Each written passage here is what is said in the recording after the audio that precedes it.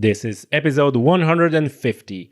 Welcome to the show under a slightly changed title, Tommy's Outdoors, Conservation and Science. Those of you who follow me on social media may have noticed that I run a survey, actually 2 surveys related to the new title. First one was sent to a selected group of people, old listeners, people who are with me for a long time. And the second one was open for all. And those surveys were to gauge your opinion about the new title of a podcast. I feel like my show outgrew the original name, and it doesn't really describe what we talk about here on the podcast. And the reason for changing the name is basically to help more people find this show, to help more people who are interested in conservation and science to find this podcast where we talk mainly about conservation and science. So we have this new title. I will roll with this new title for the next number of weeks, months maybe, and we see how it goes. And if you want to have your say and express your opinion, I link that survey in the description of the show. So by all means, go in there and let me know what you think. Second, I am looking forward to meeting you all, actually not all, but of those of you who bought the tickets, in Oxfordshire for the environmental debate, live and unscripted. This is going to be a fun event, and I'm going to be talking there about whether it is possible to consume meat while having the environment and animal welfare at the forefront of your mind. I'm sure it's going to be a fun debate. Eating meat and nutrition are somehow the 2 of the most controversial subjects on the entire internet.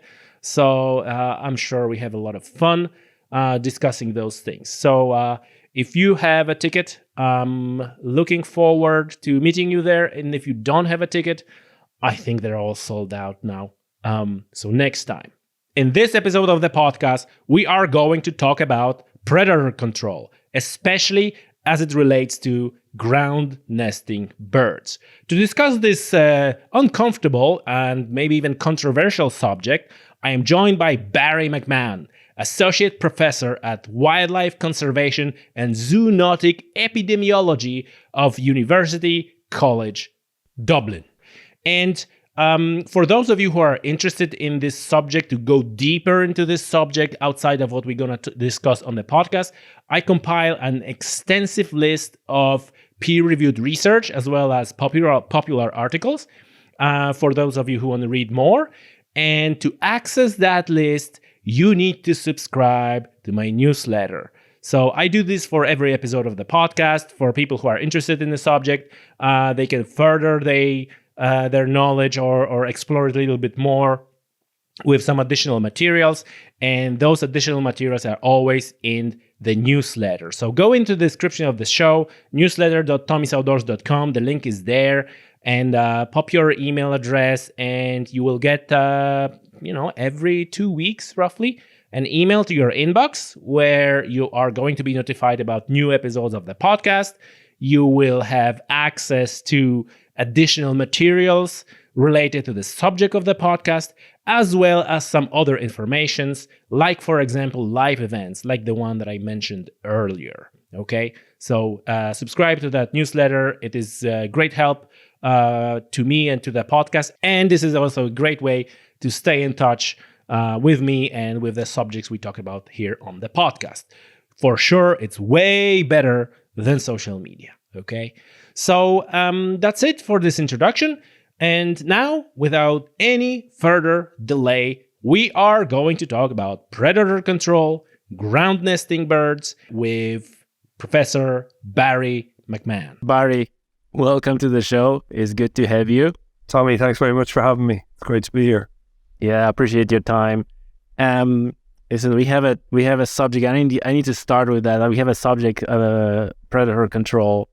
Do you feel like this is kind of like a loaded, kind of contentious subject? I think it's uncomfortable for some, and I understand that because principally as well, if you come from a conservation background and you're interested in conserving things, it's sort of counterintuitive, or it's not obvious that one of your actions would involve removing a selection of species.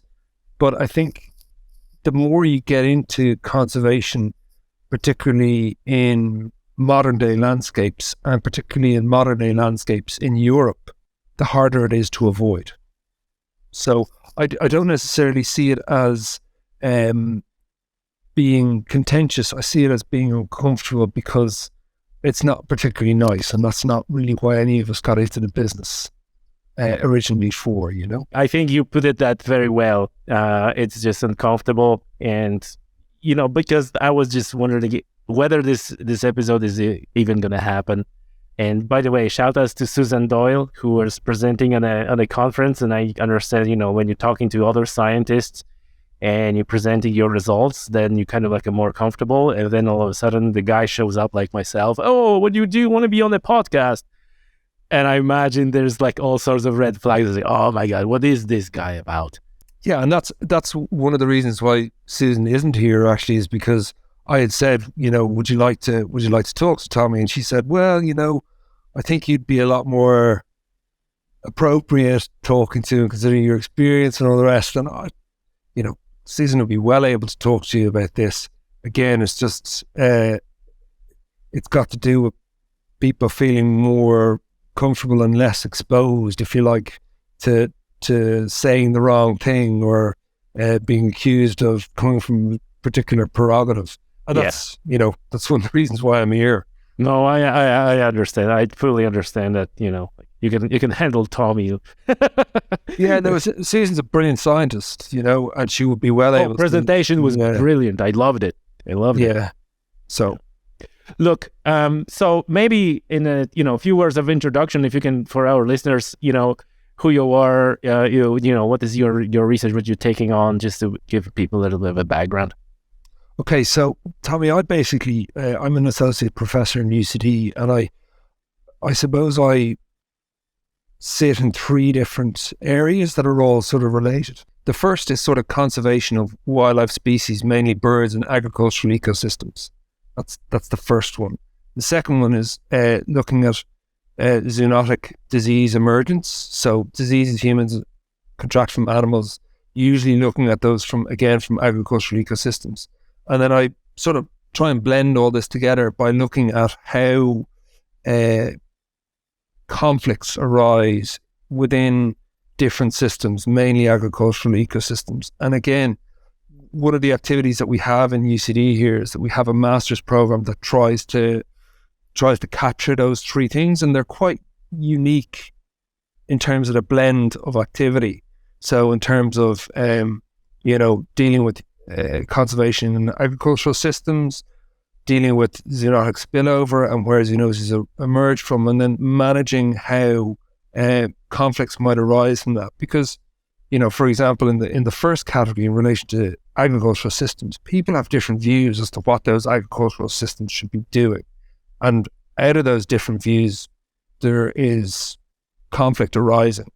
Zoonotic spillover, as we know from recently, you know, people have views on certain animals in terms of their risk and how they relate to risk of humans acquiring specific diseases. And that's wrapped up in conflict as well.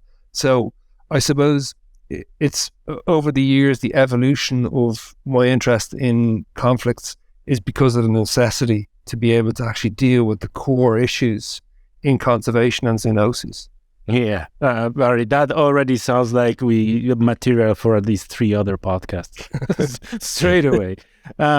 Listen, it is great to have you then, and let's talk about predator control. And I was just curious, like, what was the motivation behind this study or this paper? The paper was published in 2020, I think. But I'm curious, like, you know, what was the factor that you decided to write this paper and do some data analysis related to abundance of the generalist predators and their impact on the birds and ground nesting birds specifically? Okay, so Tommy, this could take a while because this is almost a long story. So it goes back to when I was doing my PhD and when we were collecting data on farmland birds and I was doing farmland bird surveys. When you look at grassland systems, which is mainly what agricultural systems are in an Irish context, we weren't recording any ground nesting birds. So there was very, very few of these species being recorded in general, and this is the mainstream land use in Ireland. So if you have the mainstream land use in Ireland that isn't providing suitable habitat for these species, you have a problem. I had also had sort of personal experiences when I've been fishing in the west of Ireland on the Moy. I remember in 1989 I was fishing away and the place was reverberating with corncrake and curlew. And when I went back to those spots, not that long afterwards, probably about 10 years afterwards, in or around the time that I was finishing my undergrad in UCD here, all those birds were gone.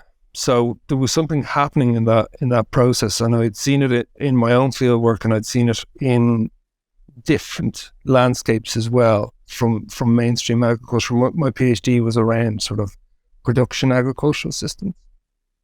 So, and that was there in the background. That was always an issue that we had in an Irish context.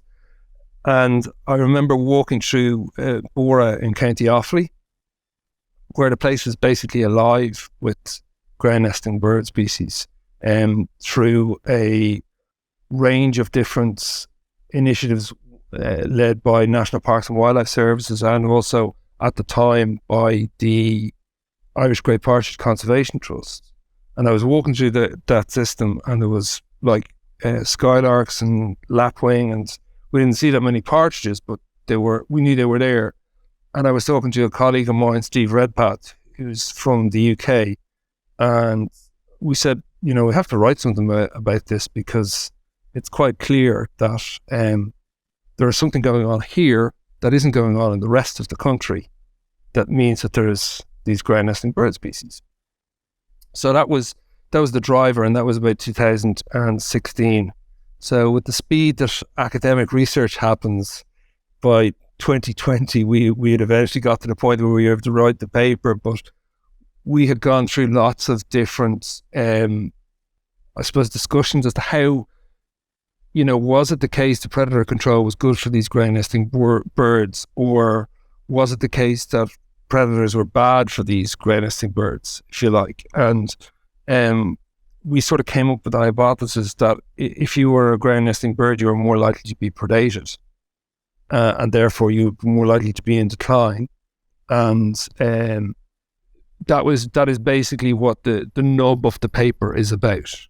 And if you again go back to some of the origins of these challenges around ground nesting birds, it's not that habitat degradation is not important. It's clearly important. I mean, it's one of the main drivers of these declines that we've seen in Britain and Ireland, that the changes in the land use are there, from like species rich meadows to sort of intensive sort of perennial ryegrass silage fields, which are not going to be good for ground nesting birds at all. But that's not the case. It's more the case that we are now showing that these new systems are not suitable for ground nesting birds to persist into the future. That's sort of the take-home message around it. Tell me, I just want to start with, laying out like a background on the methodology, and make sure that everybody who listens to that is satisfied that we're talking about proper scientific approach to the subject. So if you can just lay it out for the lay person, how did you approach the gathering data and then analysis of the data? So we looked at sort of two sources of data. The one was the Atlas data from the last 20 years. So the bird Atlas data published by a collection of authors from the BTO in the UK to Birdwatch Ireland in Ireland. And we looked at the declines or the increases, the trends essentially over the last 20 years of all the bird species, all the terrestrial bird species. So we weren't looking at creatures that use islands or seabirds. We were looking at terrestrial bird species. And we basically assigned a value that was in the bird atlas and said, was this creature increasing or decreasing? And then we looked at whether it was an agricultural species or not, whether it was a annex species or not. So if it was covered by the birds directive under special protection areas for birds. So those are the three main parameters with which we tested. Okay. And we did that for the Atlas data for Britain, for mainland Britain, for Ireland. And then we used a sort of a compound data set for across Europe, which is the Pan-European Bird Monitoring data set, which looks at, I think it's 171 species across Europe. And again, it was exactly the same idea. Was the species increasing or decreasing? Was it a agricultural species? Was it a species that had an SPA associated with it, special protection area? And we tested those.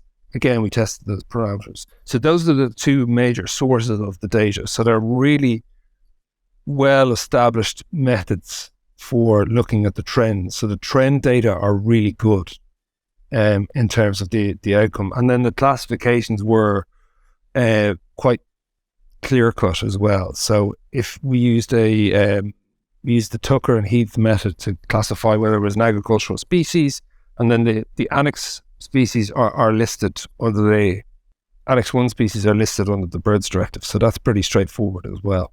So it was all pretty clear-cut. It's all fairly rudimentary in terms of the way it was classified. So that's the population trends.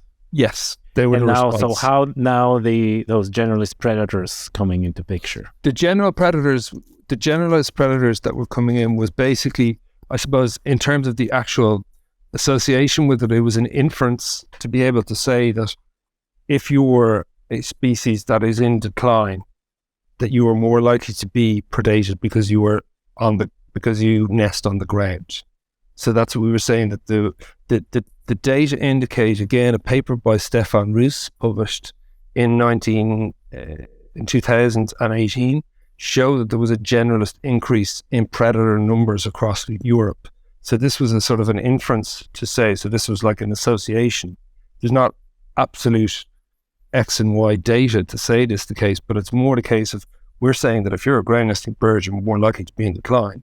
And there is also data to show that generalist predators are in the increase across the areas where some of these data were collected, like in Britain and in Europe.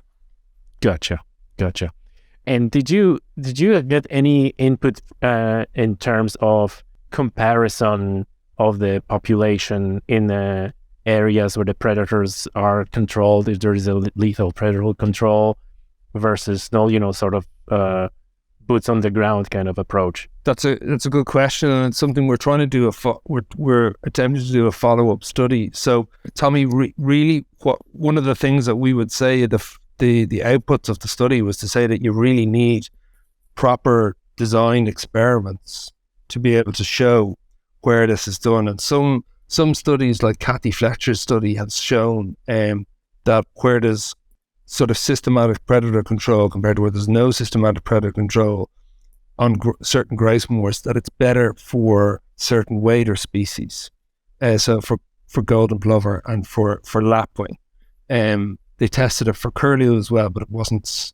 They couldn't pick up a signature from it. So that's one of the findings, that we would say that you need more of that. And we think that there's organisations in Britain and in Ireland and probably across Europe that can do those types of studies. Unfortunately, I can't do that type of a study because I don't have a large scale site to be able to carry out an experiment like that. But it's one of the things that we feel is really needed in terms of actually, unequivocally showing that there's an association, or maybe there's not an association, between generalist predators and certain bird species, particularly ones that nest on the ground. I'm sure there's a few people who are listening to this podcast who are members of those organizations, so they might, raise their hand and help out, because I'm sure.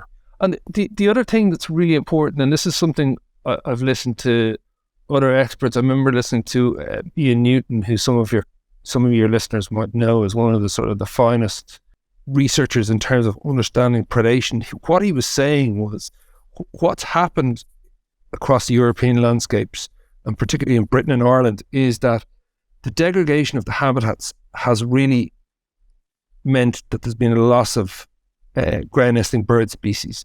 And this has been made worse by the fact that predators can operate better in these suboptimal habitats. And that the reversal of these declines of ground nesting birds does not mean, or it will not happen if you just reverse the processes. We need to actually buy time by using predator control in order to reverse the habitats. But it's not going to happen the other way around, because if we wait the other way around, if we wait for the habitats to recover, the birds will be gone. So if you look at an example of that would be curlew in Ireland. Curlew will be gone in a number of years, probably less than 6 or 7 years. So we're not going to be able to restore the habitat in that time period. You kind of jump ahead and because that was my next question, maybe not next question, but one of the questions, because that's often an argument that you hear from the, let's say, opponents of, in air quotes, of lethal predator control, right? Like, oh, this is not a problem, the habitat, this and that. So you're clearly saying that the process of restoring a habitat needs time, and we don't have that time. Is that right? I don't believe so, no. Not seeing the nature of the declines of some of these creatures. I mean, just look at the speed at which curlew have vanished. Curlew vanished within, 1.5 sort of time series of when the Atlas data was collected. Within the space of 30 years, it was gone, by 98%. So that's an enormous reversal to try and catapult via habitat alteration, because like these landscapes that we've created, these anthropogenic landscapes where there's intensive agriculture and you have maybe increased edges because of forestry, plantation forestry. Again, these are perfect scenarios for predators. Even looking in our cities. Like yesterday, I was driving around the campus here, and it's absolutely perfect conditions for predators, and it's not their fault. They're just doing very, very well in our landscapes. But there's literally flocks of grey crows, and we haven't even reached the situation where they've fledged any young. So that's just the way it is. And again, these are remarkable creatures in terms of their biology, in terms of their, dare I say, their intellect, how smart they are. But if we want the other creatures, if we want skylarks, if you want, quinchat, if you want curlew, if you want any of these ground nesting birds, you're going to have to basically face up to the fact that there's going to be predator control required. Yeah. At least in the short term. Absolutely, at least in the short term. Yeah. At least in the short term. Barry, can you tell us what are the factors that cause those generalist predators to do so good? And then maybe what are the factors? And are there the same factors that are unfavorable in terms of the habitat for those ground nesting birds? It's exactly that. So, I mean, one study that we looked at was like edge effects in relation to hen harrier numbers. Okay, so hen harrier is actually a classic ground nesting bird, the way that it behaves in many respects. All right, so we looked at an area of breeding harriers in the centre of Ireland, in the Slieve Bloom National Park, in conjunction with the National Parks and Wildlife Services.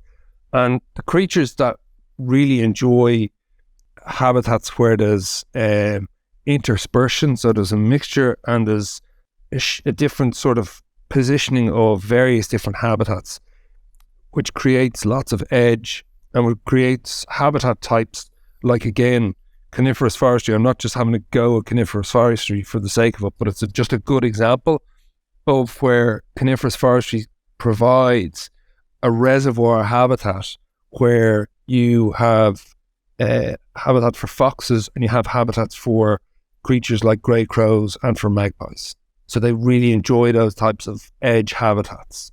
They're edge species, where other species like hen harrier are species that really, it's not that they like basically uniform habitats by and large. That's what our data would show, that the further that the birds selected their nest site from the edge of a forestry location, the more likely they were to be successful and the more likely they were to have more young. Okay. So that's the thing. It's that it creates, these sort of interspersion and juxtaposition of different habitats that create exactly the habitat that grey nesting birds don't like, and it creates exactly the habitat that the generalist predators do like. Yeah. And that's just the way that it is. What are because one of the other arguments is often heard is like, oh, there's also a lot of like a supplemental feeding available to those predators. The pheasant releases. I don't know if pheasant releases going on in Ireland. Probably, very little compared to what's going on in Britain. I think there's some, yeah. Yeah. So is that a huge factor, or is it mainly habitat? But from my understanding, and I'm perfectly open to criticism here, the numbers of pheasants that are being released in Ireland is quite small, and there is a massive debate going on in the UK, which is ongoing in relation to, the biomass of these creatures. But interestingly enough, Tommy, if you look at the outputs from the data set, Ireland is worse than the UK. Yes, I noticed that in the paper. And by the way, folks, we're going to link the paper in the show notes, so anyone who's interested should go there and read the entire paper. So yeah, coming back to what you said, it's much worse in Ireland. Like, why is it? I think I suspect it's because there's less management, if any, really for these species, whereas at least some of the management for game birds would benefit many of these ground nesting birds. This isn't tested. This is just an inclination again. So this wouldn't be definitive in terms of being able to test it. Okay. One more of the classic arguments. Oh, we need wolves. We need to release wolves and lynx, and they're gonna control foxes, and we need the eagles. They're gonna control other birds. How much truth is in that, and how, provided, let's forget about all the other difficulties in doing so. If we were to release top predators, tomorrow, would that make a difference, or is it, too little and would take too long, like in the case of habitat? Honestly, I don't know. I've seen data in other different parts of the world, like in Castilla-La Mancha and in Extremadura in Spain, where they've reintroduced lynx, and it's had a huge effect in terms of just changing the dynamics. There's a couple of different questions that you need to put forward. So, to answer your question, it probably would have an effect. I mean, introducing a creature like that, particularly in sufficient numbers, would have a massive effect. In terms of actually it happening, I mean, I think we really, really struggled with the reintroduction of some of our large raptors. So I think, it would take a lot of greasing of the wheels to enable and to actually feel that it's the appropriate thing to do, bearing in mind that the major landowner and the major stakeholder in relation to this process would be farmers, and many of these farmers would have livestock that they would feel threatened by having lynx and wolves. Now, some of your listeners might say about how they should or they shouldn't feel. That is most likely how they feel. So if you want to be an effective conservationist, you deal with the realities. You don't deal with how things should be. So that would be my initial sort of sense of it. And I mean, generally, in an overall sort of solution-driven world, you have to get farmers on board in relation to this. I mean, I'm really lucky. I work in the School of Agriculture and Food Science in University College Dublin, so I get to talk to people all the time whose prerogative is about production agriculture. Okay, so and if you're working in conservation in Ireland and you're not having those conversations, well, then it's very difficult for you to be able to at least empathise with individuals who are trying to make a living and trying to produce food. Because the reason why we've created these landscapes that are uniform and not very good for ground nesting bird is because we're producing food. We're trying to produce more food. So that, to go back to your original question, it might be a great idea ecologically, but we live in a socio-ecological system, and you would have to take into account the major stakeholder, and those are the farmers. And I suspect if you did a straw poll, and any of the times that we've done exercises in relation to this, we're not there yet. It doesn't mean that we couldn't be there, but it would take a lot of discussing. It would take a lot of sitting down and talking about the problems. I heard a really, really good analogy. So some of my colleagues have discussed this. That I think it was John Hume said when they were dealing with the Good Friday Agreement in Northern Ireland, which, you know, is an appropriate time at the moment to discuss this idea. If you're dealing with something like reintroducing wolves or lynx, it's actually not about a solution, it's about a process. So you need a process by which you could reintroduce the wolves, not a solution, because it's never ending. And human-wildlife conflict never ends. It's always ongoing.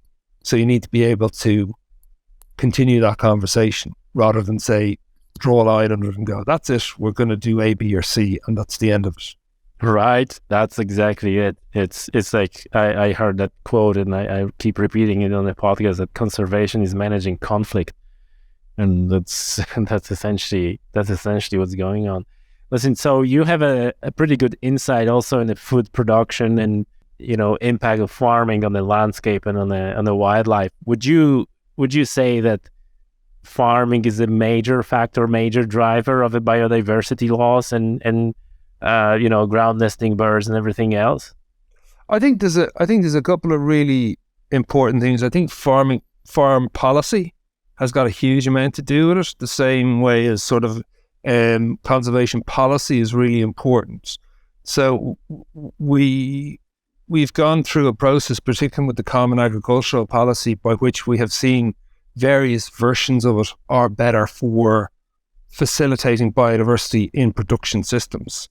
So that's what I would say. I'd say it's the farm policy. The farmers, particularly in relation to the size of farms in Ireland. So the average farm size in Ireland is about 32.7 hectares, is the last time I checked. So it's about this idea of actually how do we enable these stakeholders, our farmers, to facilitate biodiversity through the policy instruments. And that's a very, very difficult thing to achieve because, you know, Europe is a big place. There's different countries with different systems, with different people, with different ideas of what wildlife should be like. And all that variation actually makes it really challenging. It means we'll always be busy. But I suppose that's the answer. Is I never really blame the farmer because I see how powerless in many respects some of the individuals are. Like there are obviously great farmers who, not great, there's farmers who are so inclined to really facilitate biodiversity. Then there's a vast majority in the middle. And then there's a very small minority who, unfortunately, those are the ones we hear most about, who aren't great and who violate some of the legislation, etc. But by and large, the big capture in the middle is facilitated by policy instruments. Yeah. I had a podcast where we were talking about the politics really of nature restoration in the EU, and you know, even the overwhelming kind of evidence is that farmers are kind of like stuck in the middle. that they need to stay afloat, and they're running a business, and like you said, the policy is making them, so to say, to be in the cycle of buying machinery and getting credits and paying off and so on and so on and so forth. And then like, oh, what about ground nesting birds? Like, so it's kind of like a tough picture, like you said, on the farmers as well. Pretty much similar like with fishing. Again, like fishers don't want to catch fish they don't want to catch, but still there's a bycatch and all these things. So I see kind of like a similarities here. Barry, tell me, when it comes to predator control, like what would be your recommendations or maybe observations in terms of how to do that predator control? Because obviously it's all good to say, yeah, we need lethal control of predators in order to save those ground nesting birds. But then we open up the whole, let's say kind of worms with, how are you going to do this? Is this, open up and free for all? Is this, trained sharpshooters? Is this licensed? Are the trapping, snaring is, in your view, acceptable? Like how to organize that thing in curious of your comments. Yeah, I suppose, look, my view on the practitioner element of it is that I'm not a practitioner. So I'm loath to give directions in relation to that, but I do know that there are organisations within the MPWS, within the Irish Great Partridge Conservation Trust, within elements of the NERGC, etc. And there's other organisations that I have forgotten, and I'm not trying to leave anyone out, who would know the methods behind it, like the way in which you put out larceny traps, the way in which you ethically monitor larceny traps, the way in which you lamp foxes, the way in which you might snare foxes, the way in which, again, you put out these traps, and the way in which you deal with actually the ethical, systematic removal of predators. Because, okay, it has to be systematic, but there also has to be the appropriate professional way of doing it, if you like. So if you're shooting foxes with a lamp, you want someone who knows what they're doing there, because you don't want to be dealing with injured foxes, because it's just it's not good for anyone. It's not the right approach in relation to having respect for the animals. It's not the right approach in relation to efficient time use, etc. So you really have to, I suppose, first and foremost, I would say, even though I'm not an expert on the practitioner, you really have to have a genuine level of respect for the creature that you're trying to remove. That's where you start, and that's where it finishes.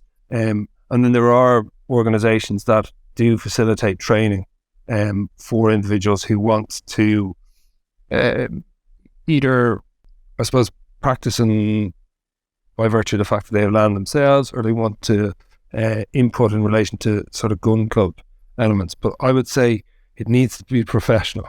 That's the main thing, because it is a precise business, and it is a systematic business. And if you don't treat it as such, you will end up in ethical issues, and you will end up in situations where you will not have appropriate removal of predators. So listen to colleagues who talk to me about this in the Game and Wildlife Conservancy Trust, they would have a lot of experience with this. They would say the efficacy of your predator control is not how many animals you take out, it's how many you leave behind. Because you can leave one or two individuals behind who can cause a disproportionate amount of trouble in terms of taking eggs, or taking young, or taking adults. So that's the way. I mean, as I said, I'm not a practitioner, but that's sort of those are the general ideas in terms of efficacy in relation to efficiency, and in relation to professionalism, and in terms of not leaving anything behind, because the predators that you leave behind are the ones that cause you the problems. Well, that's interesting. Would it be your view that we need some level of monitoring of that removal. So is there a case in which, uncontrolled removal of predators would cause problems for, number of foxes or number of crows and, sort of thing? Or do you think that they're in such abundance and their habitat is so good for them that there's no risk like that? So one of the ways in which you could do it is you could measure the number of scats. So you could do these surveys of mammal abundance, or you could do surveys of nest abundance of crows, either magpies or grey crows. And then with something like foxes, you could actually do scat surveys while you're in the process of removing the predators and see if you were actually getting a reduction in the signatures that there's many individuals there while the animals are being removed. If you know what I mean. Yeah. So you're talking about the method. So you're of the view that needs to be monitored as well. I think so. It's because it's actually it's really difficult, and we've looked at some data on this. It's really difficult to actually link removal of numbers of predators with response of your species that you're protecting. Because I was saying to you already, because you can have a small number of individuals that are doing a disproportionate amount of damage. How come? Because they're opportunistic predators. Because you can have a situation where, as one individual explained to me one night, that they hadn't seen a fox in the site for 6 weeks, and then they went into the site one evening in June, and there was 2 foxes there. So those 2 foxes in one night could potentially do a huge amount of damage. Maybe I didn't explain that properly, because that's what they mean. So it's what you leave behind is the challenge. So it's extremely difficult. That's what I'm saying. It's not an easy job, but the evidence is that it works. Do you think that the people who are getting uncomfortable, like you said, I must use this term more often because it's very, really well, but like people who are uncomfortable with removal of predators, is this because they're don't know, or they're not satisfied about those measures of this stuff being done humanely, done in the proper way, so it's not going to cause any problems now for abundance of crows and other things? Do you think that if there were more people talking about these aspects of it, then the acceptance of the practice would be higher? Because quite often I see like the argument like, oh, you just want to kill stuff. That's why you're making this argument, right? I think first of all, to go back to the point before, there's very few really good studies that show the evidence of predator control. There's very few really good ones. So there's a paper in 1996 written by Tapper that shows predator control with partridges working well. Then Kathy Fletcher has written a paper on grouse. I think it was, I can't remember exactly what year it was. I think it was 2018. And she also wrote one in relation to waders in 2010. Also, since then, there's been a sort of a review paper. So all the literature that's been available, that there might be small signatures, so little hints of evidence of relation to the effectiveness of predator control, being published in a big document in 2018 by Stefan Roos and colleagues from the Royal Society for the Protection of Birds. And that was really a landmark in terms of the fact where the USPB had really stood forward and said, look, this is an issue that we need to deal with. Because again, I've been having conversations with people since the early to mid noughties about this, and there was definitely the argument that this is a habitat issue, that we need to deal with the habitat, and that there's predators are only a minuscule part of it. Whereas now I feel that this is actually a bigger realization, and I think one of the areas where it's really become apparent is with curlew populations. So to answer your question, maybe the scientists have something to answer for in terms of actually producing the data. which really show it to be the case. But in addition, the actual process and the mechanisms by which you need to go about to demonstrate the efficacy of the removal of predators and its response on site selection, on success, on abundance of juveniles produced, it's actually really difficult to do. So, it's a combination of multiple different factors. But I think generally speaking, in terms of where we are now, the various organizations are finding it, more likely to get behind the idea because they realize their creatures are vanishing. How big of an impact is like a human disturbance in terms of dogs out of leash, trampling nests by sheep and stuff like that? Is that in a ballpark comparable to predation, or is it just? So it's interesting you brought this up because I just wrote a small piece on this in the conversation, and you can have a link to it if you so wish to go. Oh, I will. I loved it. Yep. Because it's one of the things that we point out, and this is one of the issues that you have to be aware of when you're even doing field work at this time of the year. So we have to be really, really careful about disturbance because, dogs, particularly they're saying dogs off a leash, are extremely damaging potentially in terms of the amount of disturbance they can give, both directly in terms of flushing birds and wasting energy and removing brooding parents from eggs and young, etc. Now, that's one thing to consider. The other thing to consider is that, as I mentioned to you before in relation to the landscapes we've produced landscapes where you have, say, our ground nestling birds and also some of our generalist predators, let's say magpie and hooded crow or grey crow. If you have a situation where these creatures see an individual being flushed off a nest, they tend to be more sort of socially bold and return to the area where the bird was sitting on the nest and therefore predate the eggs, more so than say a skylark or any of our ground nesting birds that we might have in an urban setting. And there's one study that I really like, and I referred to it in the short piece that I did. It was on peregrines and ravens, and it showed basically where peregrines and ravens occurred and they were breeding, and where there was a rock climbing activity, no peregrines were fledged. Okay, so I think it was published in 2004, and it basically it's a fascinating study because it shows you the intellect of ravens. Ravens are incredibly smart creatures. Like, as far as I know, they estimate they have the intellect of a 4-year-old human.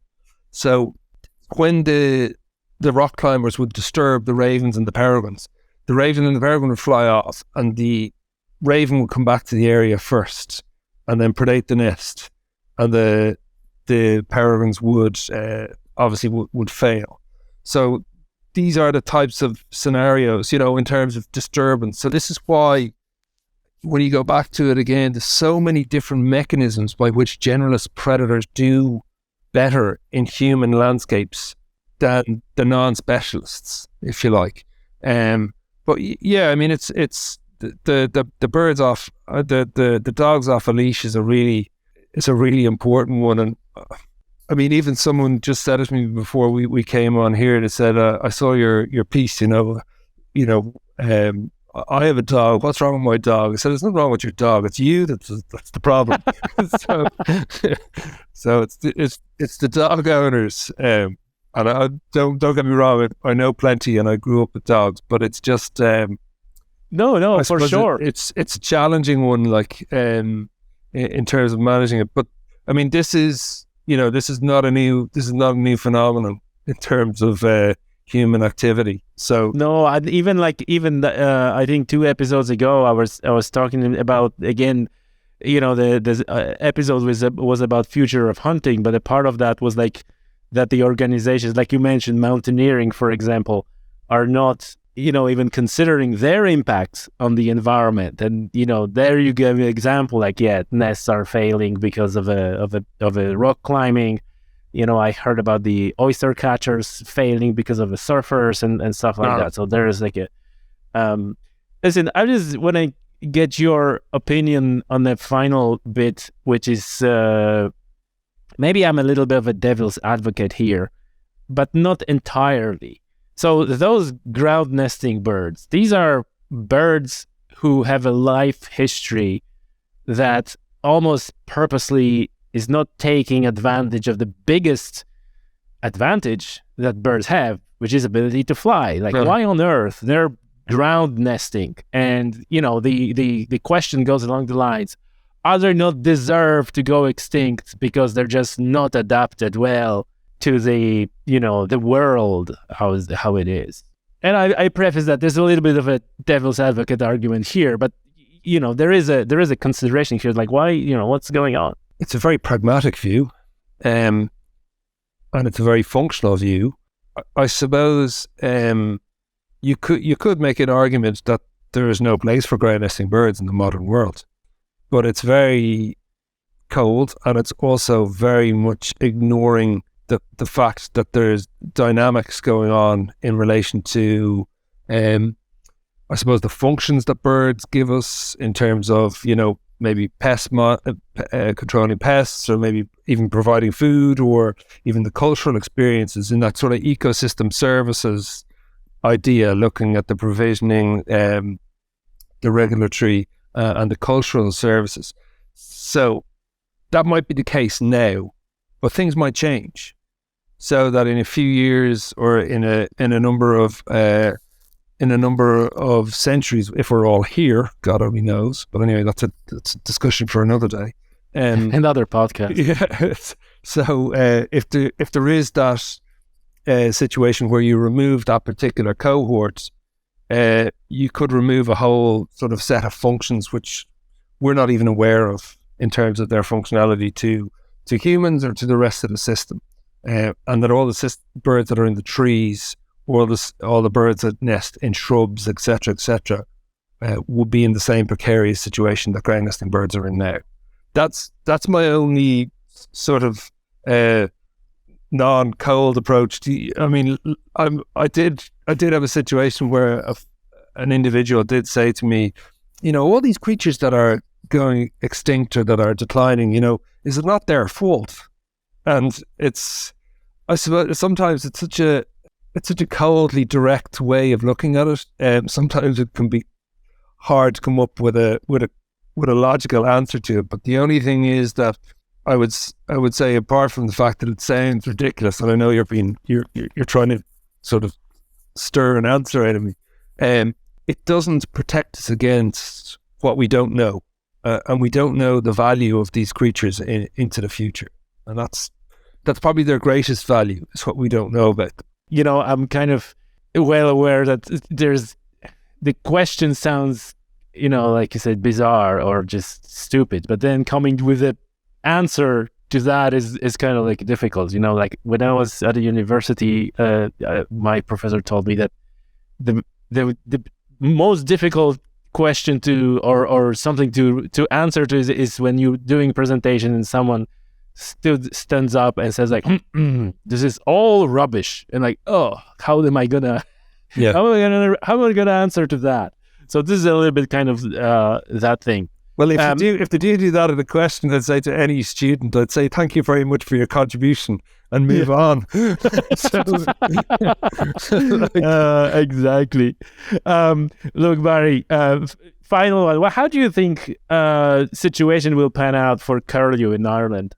I came to Ireland in 2007, and I started being interested in nature and all that, what's going on in Ireland. And I think back then I was talking to someone and I was like, hey, the curlew is as good as done. It was 2007, 8, right? It was here at 2023. They're still hanging in there.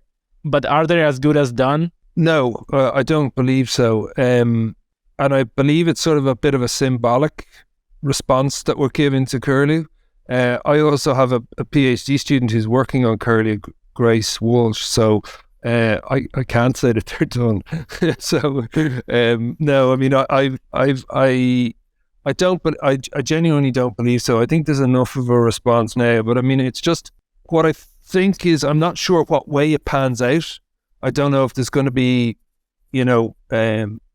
clusters of individuals breeding together in 10 or 15 years. But, in fairness to the MPWS, they are doing things at the moment. But it's sort of, what I find really frustrating is that, on another species that I was really interested in terms of grey nesting birds and their association with a specific habitat, we did some research on red grouse in 2006 to 2010, and we said to the government agencies, and in actual fact, a group of us from NARGC, from Birdwatch Ireland, and from UCD, we wrote a species action plan for the government, and I'm not really sure if it's really been picked up on. My concern is that, when we have species that get to populations of 2,000 or 3,000, can we act then, please, instead of waiting, or can we act before then, rather than waiting until we get to, hundreds or tens of birds left breeding? So that's sort of my take home out of this, is that I do think that the bird will survive. It's going to, how it actually materializes, I'm not sure. But the message is, why do we keep on having to wait until the creatures are, on the edge of extinction or in really, really precarious situations before we do anything about it? And this goes across various departments as well. It's not just having to go with MPWS, but there's also elements of the Department of Agriculture which would be able to facilitate the habitats that these creatures are found in. When you talk to people, or maybe I just want you to give advice to people who are doing predator control and people who are against lethal predator control, when they talk to each other, when there is a communication going on, what would be your advice to, along which lines to do that communication, to not bash heads, but kind of like a try to come from the point of mutual understanding? I think it's interesting because I think those two cohorts have probably got more in common than one of those cohorts and a policymaker, So they're really more close to one another than they realize. And I sort of, again, I really like this idea in relation to these conservation processes going on rather than actual ultimate solutions, because I think the ultimate solutions aren't there because the systems are too dynamic, and we've shown how quickly we can change them through human activity. So I would urge them to listen and to respect each other's views, and to see that there's probably a lot more in common between them than there is divides them, particularly that they both want the same outcome. Yeah.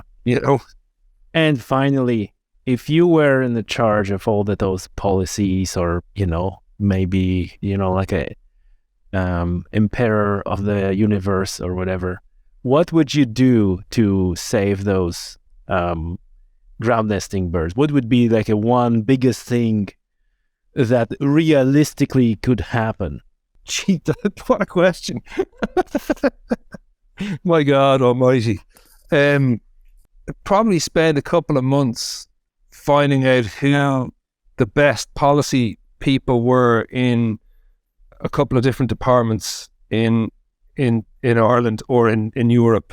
So by that, it's not actually about, you don't want specialists in the area, but you want people who understand the processes for getting stuff done or to implement it. Like, one of the really interesting things is that I believe our wildlife legislation is excellent.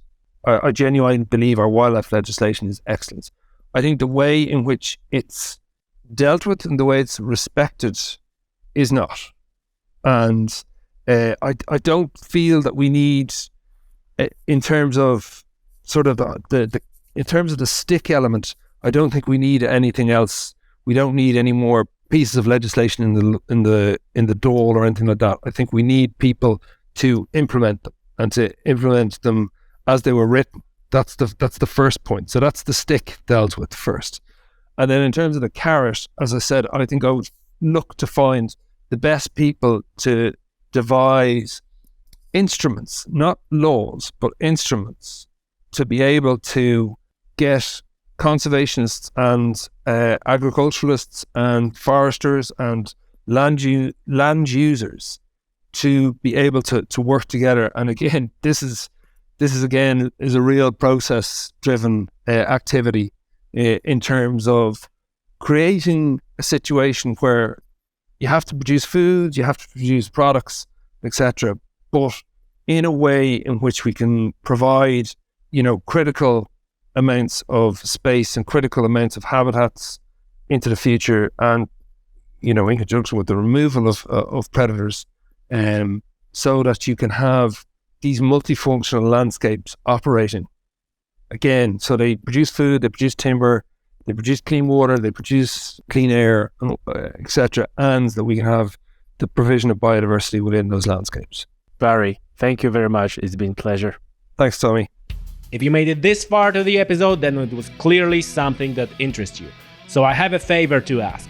Please leave me 5-star rating on the podcasting app that you are using. Whether it's an Apple Podcast or Spotify, go in there and leave me 5-star rating.